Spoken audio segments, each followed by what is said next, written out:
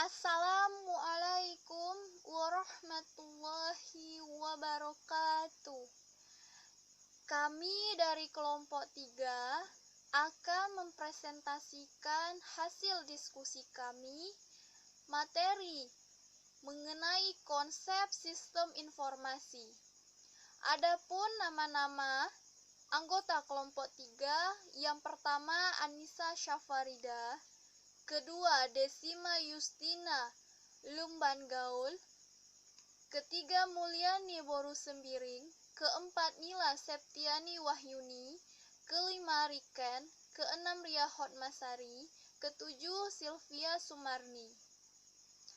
Baiklah, saya akan menjelaskan pengertian sistem informasi. Sistem informasi adalah aplikasi untuk mendukung operasi dari suatu organisasi, seperti operasi instalasi dan perawatan komputer, perangkat lunak, dan data. Sistem informasi manajemen adalah kunci dari bidang yang menekankan finansial dan personal manajemen. Sistem manajemen adalah proses yang menjalankan fungsi mengumpulkan, memproses, menyimpul, menganalisis, dan menyebarkan informasi untuk kepentingan tertentu, kebanyakan SI dan komputerisasi. Sistem informasi adalah sekumpulan komponen pembentuk sistem yang mempunyai keterkaitan antara satu komponen dengan komponen lainnya yang bertujuan menghasilkan suatu informasi dalam suatu bidang tertentu. Sistem informasi diperlukannya klasifikasi alur informasi. Hal ini disebabkan keanekaragaman kebutuhan akan suatu informasi oleh pengguna informasi. Kriteria dari suatu informasi antara lain fleksibel, efektif, dan efisien. Selanjutnya akan dijelaskan oleh teman kelompok saya. Saya akan melanjutkan presentasi dari kawan saya, Anissa.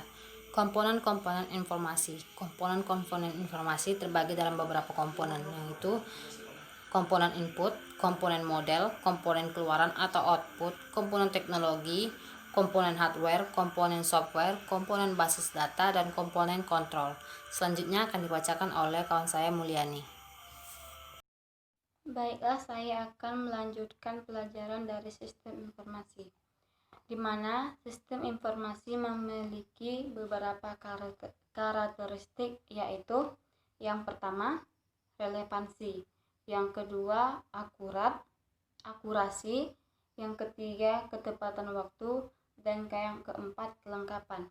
Di mana relevansi yang dimaksud adalah informasi yang memiliki kaitan langsung dengan masalah yang ada, serta dapat memberikan manfaat secara langsung bagi pemakainya. Yang kedua yaitu akurasi.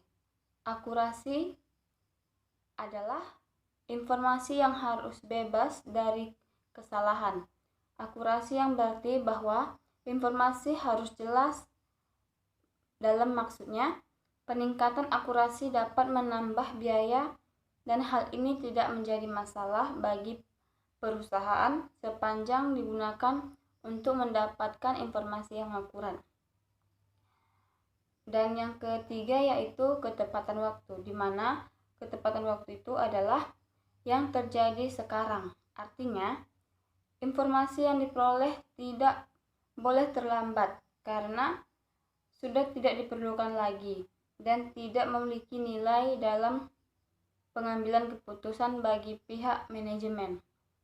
Dan yang terakhir yaitu kelengkapan, di mana yang dimaksud dengan kelengkapan adalah informasi yang disajikan harus memberikan gambaran lengkap, sehingga dapat memudahkan dalam pihak manajemen untuk pengambilan suatu keputusan dalam memecahkan berbagai masalah yang ada dalam suatu perusahaan. Baiklah, itulah yang dimaksud dengan karakteristik informasi. Selanjutnya akan disampaikan oleh teman saya. Baiklah, saya akan melanjutkan presentasi dari teman saya yaitu Mulyani mengenai pembahasan tentang definisi sistem informasi. Sebelum kita mengetahui apa itu definisi sistem informasi, kita akan membahas dulu apa itu informasi. Nah, informasi merupakan kumpulan data yang telah diolah baik bersifat kuantitatif maupun kualitatif serta memiliki makna yang berarti bagi penggunanya. Suatu informasi dikatakan dapat berguna bila manfaatnya lebih baik dibandingkan dengan biaya untuk memperolehnya, dan sebagian besar informasi tidak dapat tepat diperkirakan keuntungannya dengan ukuran suatuan uang, tetapi juga dapat diperkirakan nilai efektivitasnya. Kemudian ada banyak beberapa pengertian atau definisi sistem informasi menurut para ahli. Namun di sini kita ambil kesimpulan bahwa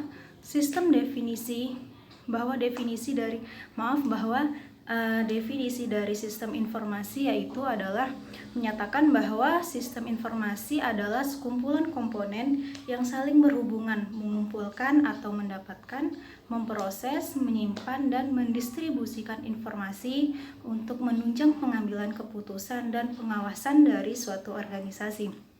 Nah, selain menunjang proses pengambilan keputusan, koordinasi, dan pengawasan, sistem informasi juga dapat membantu manajer dan karyawan dalam menganalisis permasalahan dan menggambarkan hal-hal yang sulit dan menciptakan produk baru. Nah, sistem informasi adalah kumpulan dari komponen yang saling berhubungan dan mengumpulkan, memanipulasi, menyebarkan data dan informasi, dan menyediakan umpan balik untuk mencapai suatu tujuan suatu organisasi. Nah, contoh dari sistem informasi adalah ATM seperti yang kita ketahui.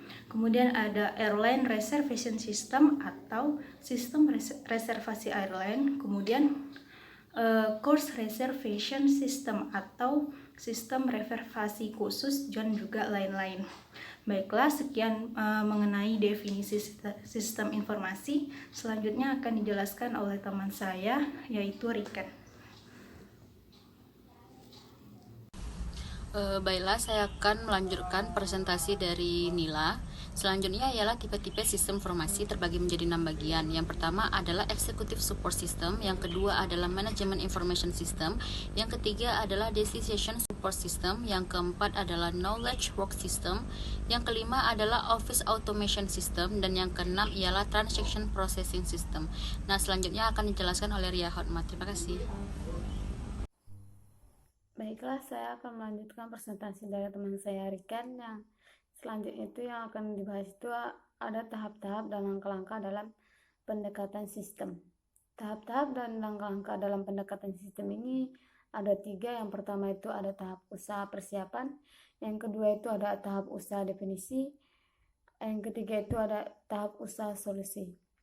Tahap usaha persiapan ini ada 3 langkah. Yang pertama itu memandang perusahaan sebagai suatu sistem. Yang kedua itu menganalisis sistem lingkungan. Yang ketiga itu mengidentifikasi subsistem perusahaan.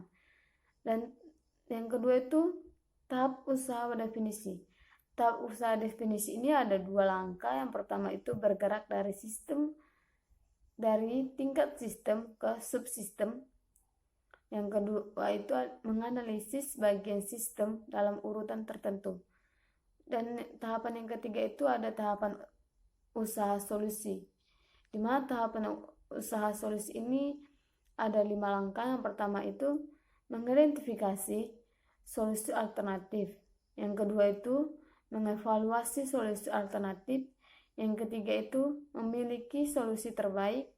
Yang keempat itu menerapkan solusi terbaik. Dan yang terakhir membuat tindak lanjut untuk memastikan bahwa solusi itu efektif. Selanjutnya akan dibahas oleh Sylvia. Oke, saya akan melanjutkan hasil presentasi dari teman saya, yaitu adalah selanjutnya klarifikasi sistem informasi. Di dalam klarifikasi informasi ini dapat dipandang berbagai sudut, yaitu satu, sistem informasi berdasarkan tingkat organisasi. Di tingkat organisasi ini ada 3 sistem, yaitu sistem informasi departemen, 2, sistem informasi pustaka perusahaan, 3, sistem informasi antar organisasi. Selanjutnya itu adalah sistem informasi dalam suatu organisasi.